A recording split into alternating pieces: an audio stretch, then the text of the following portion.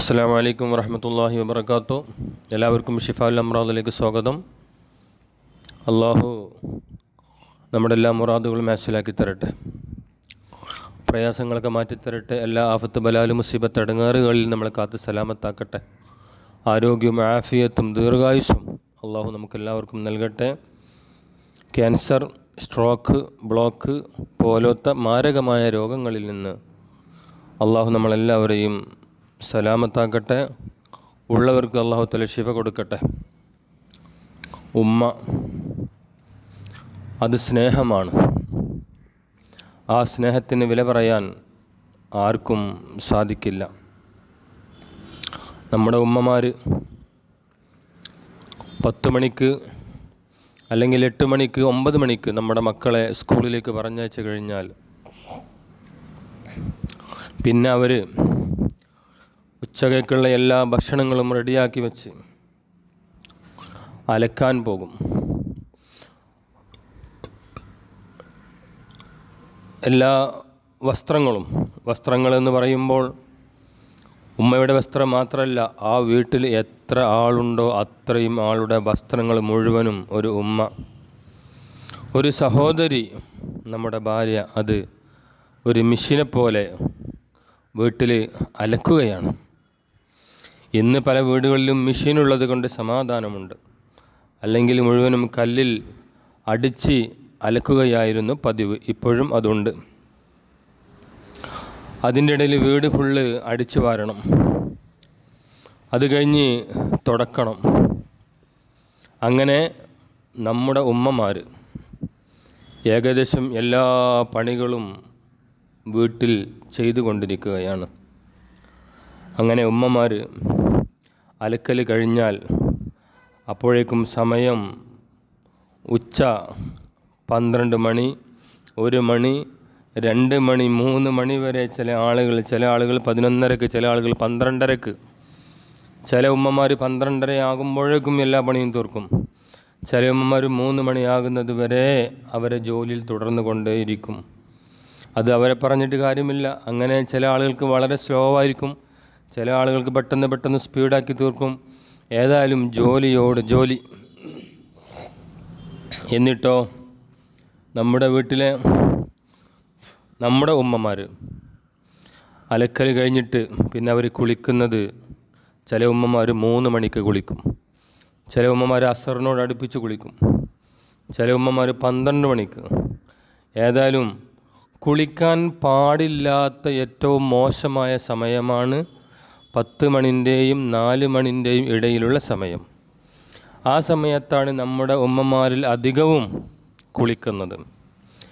ആ സമയത്ത് സൂര്യൻ നേരെ മുകളിൽ ഉദിച്ചുയർന്ന് അതിൻ്റെ മൂർധന്യ ദശയിൽ നിന്ന് അതിൻ്റെ രശ്മികളിൽ ചൂട് പുറത്തേക്ക് വിട്ടുകൊണ്ടിരിക്കുന്ന ആ സമയത്ത് കുളിക്കാൻ പാടില്ല എന്നാണ്. ആ സമയത്താണ് അധിക സ്ത്രീകളും കുളിക്കുന്നതും. ഒരുപാട് രോഗങ്ങൾ ഉണ്ടാക്കാൻ അത് കാരണമാണ്. അതുകൊണ്ട് 10 മണിക്ക് മുമ്പായിട്ടും 4 മണിക്ക് ശേഷവും കുളിക്കാൻ ശ്രമിക്കുക. ഇനി നമ്മുടെ ഉമ്മമാർ ശ്രദ്ധിച്ചാൽ മതി. എന്ത് ചെയ്യാം?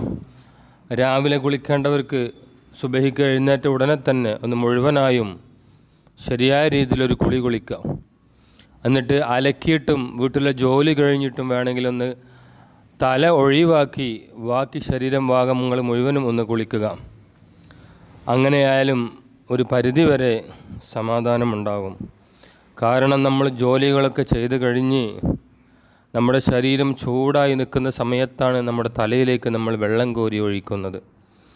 അത് വളരെ മോശമാണ്.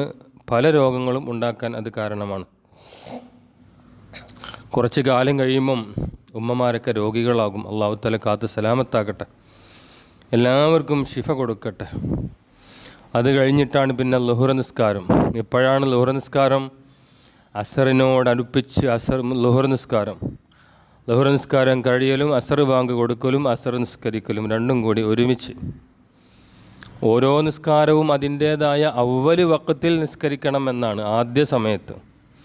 ഇനി ആദ്യ സമയത്ത് നിസ്കരിക്കാൻ പറ്റുന്നില്ലെങ്കിലും കുറച്ചൊക്കെ കഴിഞ്ഞിട്ട് നിസ്കരിക്കാം. നമ്മൾ കാരണങ്ങളുള്ള ആളുകളാണല്ലോ. അതൊന്നും ശ്രദ്ധിക്കാതെ ഇങ്ങനെയാണ് നമ്മുടെ അത് ഉമ്മമാരെ പറഞ്ഞിട്ട് കാര്യമില്ല, അവർക്ക് വൃത്തിയും വെടിപ്പൊക്കെ വേണമല്ലോ, അപ്പോഴാണ് അവർ നിസ്കരിക്കുള്ളൂ. ഏതായാലും ആ സ്വഭാവങ്ങളൊക്കെ എല്ലാവരും മാറ്റി നേരത്തെ നിസ്കരിക്കാനും പാടില്ലാത്ത സമയത്ത് കുളിക്കാതിരിക്കാനും എല്ലാവരും ശ്രദ്ധിക്കുക. കാരണം ഉമ്മയാണ് നമ്മുടെ മക്കൾക്ക് ഏറ്റവും വലുത്, അവരുടെ ഉമ്മയാണ്, ഉപ്പയാണ്. നമ്മുടെ ഭർത്താവിന് ഏറ്റവും വലുത് നമ്മുടെ ഉമ്മയാണ്. നമ്മുടെ സഹോദരിമാർക്ക് നമ്മളൊരു ബന്ധപ്പെട്ട ചോരയാണ്. അപ്പോൾ നമുക്ക് ഒരുപാട് ബന്ധങ്ങളുണ്ട്. അതിലേറ്റവും ഉയർന്ന ഒരു ബന്ധമാണ് ഉമ്മ. അത് വലിയൊരു സ്ഥാനമാണ്. നിങ്ങൾക്കറിയോ, പണ്ട് കാലത്തൊക്കെ എനിക്കോർമ്മയുണ്ട്, അല്ലെങ്കിൽ പല ആളുകളും എന്നോട് പറഞ്ഞിട്ടുമുണ്ട്, ഒരു 10-20-30 വർഷങ്ങൾക്ക് മുമ്പ് നമ്മുടെ നാട്ടിലുള്ള അവസ്ഥ, പട്ടിണിയും പരിവട്ടവുമായി കഴിയുന്ന ഒരുപാട് വീട്ടുകാർ നമ്മുടെ നാടുകളിലുണ്ടായിരുന്നു. അതിനുശേഷമാണല്ലോ പിന്നീട് ഗൾഫുകളും ബിസിനസ്സുകളും പേർഷ്യയുമൊക്കെ ആയിട്ട് നമ്മുടെ നാട്ടിൽ പണക്കാരനാവാനും കഴിവുള്ളവരാകാനൊക്കെ സാധിച്ചത്. ഒരു കാലത്ത് ദാരിദ്ര്യമായിരുന്നു നമ്മുടെ നാടുകളിൽ. അന്ന് നമ്മുടെ ഉമ്മമാരിൽ പല ഉമ്മമാരും മുതലാളിമാരുടെ വീട്ടിലേക്ക് നെല്ല് കുത്താനും വാട്ടപ്പോളം ഉണ്ടാക്കാനും നെല്ല് കൊഴിയാനും അലക്കാനും പാത്രം കഴുകാനും വീട്ടുജോലി എടുക്കാനും ഒക്കെ പോയി കുടുംബം പോറ്റിയവർ ഉണ്ട്. ആ കൂട്ടത്തിൽ നമ്മുടെ ഉമ്മമാരും ഉണ്ട്. ആ ഉമ്മമാർ ഒരുപാട് കഷ്ടപ്പെട്ടിട്ടാണ് അന്നത്തെ മക്കളെ വളർത്തിയിരുന്നത്.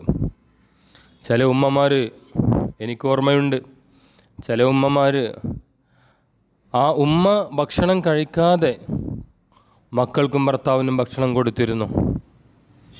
ഉമ്മ ഭക്ഷണം കഴിക്കാതെ ഭർത്താവിനും മക്കൾക്കും ഭക്ഷണം കൊടുത്തു ഉമ്മ വെള്ളം കുടിച്ച് കിടന്നുറങ്ങിയ എത്രയോ ഉമ്മമാരുണ്ട്. നമ്മളൊന്ന് ചിന്തിക്കണം, ആലോചിക്കണം. അതെന്താണ്? നമ്മുടെ ഉമ്മയാണ്. ആ ഉമ്മയാണ് ഭർത്താവിനെ സ്നേഹിക്കുന്നത്, മക്കളെ സ്നേഹിക്കുന്നത്. പട്ടിണി കിടന്ന് നമ്മുടെ ഉമ്മ നേരം വെളുപ്പിക്കുമ്പോൾ നമ്മൾ വിശപ്പ് മാറ്റി നമ്മൾ കിടന്നുറങ്ങുന്നു. ആ ഉമ്മാൻ്റെ മനസ്സ് നമ്മൾ കാണാതെ പോയി. ആ ഉമ്മാൻ്റെ മനസ്സ് കാണാതെ പോയി. ഒരിക്കലും പാടില്ല. ഉമ്മയെ പട്ടിണി കിടത്തരുത്, ഉപ്പയെ പട്ടിണി കിടത്തരുത്. അവർക്ക് സ്നേഹമുള്ള വാക്കുകൾ കൊണ്ട് അവരെ വീർപ്പ് മുട്ടിക്കണം. എത്രയോ ഉമ്മമാർ, ഭർത്താക്കന്മാർ, നമ്മുടെ ഉപ്പമാർ ഉമ്മയെ അടിക്കുന്നു. ചില കാരണങ്ങളാൽ, ചെറിയ ചെറിയ തെറ്റുകൾ കാരണം ഉമ്മയെ അടിക്കുന്ന ഭർത്താക്കന്മാരുണ്ട്. അതായത് നമ്മളെ ഉപ്പമാർ, നിസ്സാര കാരണം. എന്നാലോ പാവങ്ങൾ ആ അടി കൊണ്ട് ഒന്നും മിണ്ടാതെ, തിരിച്ചൊന്നും പറയാതെ ക്ഷമിച്ച് നിൽക്കുന്ന മക്കൾക്ക് വേണ്ടി ക്ഷമിച്ച് നിൽക്കുന്ന ഉമ്മമാർ. എനിക്കറിയാം, പണ്ട് കാലത്ത് എൻ്റെ നാട്ടിൽ, എൻ്റെ അയൽവക്കത്ത് ഒരു വീട്ടിൽ താമസിക്കുന്ന ഉമ്മയും 2-3 മക്കളും, ചെറിയ ഓലപ്പുര. ആ ഓലപ്പുര മഴക്കാലം വരുമ്പോൾ ചോർന്ന് ഒലിക്കുകയാണ്. വെള്ളം മുഴുവനും വീടിൻ്റെ ഉള്ളിലേക്ക് വരികയാണ്. ആ സമയത്ത് ഉമ്മ ഒരു പെടക്കോഴി, ആ പെടക്കോഴിൻ്റെ കുഞ്ഞുങ്ങളെ ശത്രുക്കളിൽ നിന്ന് എപ്രകാരമാണ് രക്ഷപ്പെടുത്തുന്നത്? ആ കോഴിയുടെ 2 ചിറകും വിടർത്തി പിടിച്ച് ആ ചിറകിൻ്റെ ഉള്ളിലേക്ക് ആ കുഞ്ഞുങ്ങളെ ആക്കി മൂടി വെച്ച് സംരക്ഷിക്കുന്ന രൂപം നമ്മളെല്ലാവരും കണ്ടവരാണല്ലോ. അതേപോലെ വീടിൻ്റെ ഉള്ളിലേക്ക് മഴ വർഷിക്കുമ്പോൾ നമ്മുടെ പാവപ്പെട്ട ഉമ്മമാർ പുറത്തു പോയിട്ട് ചേമ്പിൻ്റെ ഇലയും വാഴൻ്റെ ഇലയും, കുടയുള്ളവർ കുടയും പിടിച്ച് വീട്ടിൻ്റെ ഉള്ളിൽ ഉമ്മയും മക്കളും ഒരു കുടക്കീഴിൽ, 2-3 മക്കളും ആ ഉമ്മയും ഒരു കുടക്കീഴിൽ, അതും ചോരുന്ന കുട, ഓട്ടയുള്ള കുട. അങ്ങനത്തെ കുടൻ്റെ ഉള്ളിൽ മഴ കൊള്ളാതെ മക്കളെ ആ സ്നേഹവാത്സല്യത്തോടെ സൂക്ഷിക്കുന്ന ഉമ്മമാർ. അതിൻ്റെ പുറമെ ചില വീടുകളിൽ, കുടയില്ലാത്ത വീടുകളിൽ മഴക്കാലം വരുമ്പോൾ വീടിൻ്റെ എല്ലാ ഭാഗത്തും ചോർന്നൊലിക്കുന്ന ഒരവസ്ഥയാണ്. ആ സമയത്ത് വാതിൽപ്പടി, ചുമരിൽ വാതിൽപ്പടി, നമ്മളെ വാതിൽ, ആ വാതിലിൻ്റെ നേരെ താഴെ മക്കളും ഉമ്മയും ആ മഴ കൊള്ളാതിരിക്കാൻ വേണ്ടി വാതിൽപ്പടിയിൽ ആ ചുമരിൻ്റെ നേരെ താഴെ നിന്നുകൊണ്ട് മഴ കൊള്ളാതെ നിന്ന ചരിത്രങ്ങളുണ്ട്. ഇതൊക്കെ എന്താണ്? ഉമ്മ നമ്മളോട് കാണിക്കുന്ന സ്നേഹമാണ്. ഉമ്മ നമ്മളോട് കാണിക്കുന്ന സ്നേഹമാണ്. ആ സ്നേഹത്തിന് പകരം എന്താണ് നമ്മളടുത്ത് കൊടുക്കാനുള്ളത്? ഇതുപോലെ എത്ര എത്ര ചരിത്രങ്ങളാണ് ഉമ്മമാരത് നമുക്ക് പറയാനുള്ളത്. ഏതായാലും നമ്മൾ മനസ്സിലാക്കേണ്ട ഒരു കാര്യം, ഉമ്മയെ സ്നേഹിക്കുക, ഉമ്മയെ ബഹുമാനിക്കുക, ആദരിക്കുക, ഉമ്മക്കും ഉപ്പക്കും വേണ്ടതൊക്കെ ചെയ്തു കൊടുക്കുക, അവരുടെ ഗുരുത്വവും പൊരുത്തവും സമ്പാദിക്കുക, അവരുടെ സ്നേഹം സമ്പാദിക്കുക, അവർക്ക് എന്താണോ ചെയ്യേണ്ടതൊക്കെ ദുനിയാവിൽ വെച്ച് ചെയ്തു കൊടുക്കുക, മരണപ്പെട്ടതിനു ശേഷം അവർക്ക് എന്താ വേണ്ടത് അത് ചെയ്തു കൊടുക്കുക. ഇങ്ങനെ പോയാൽ നമുക്ക് രണ്ട് ലോകത്തും വിജയിക്കാം. അള്ളാഹു സുബ്ഹാനഹു വ തആല നമ്മുടെ ഹലാലായ മുറാദുകളൊക്കെ ഹാസിലാക്കി തരട്ടെ.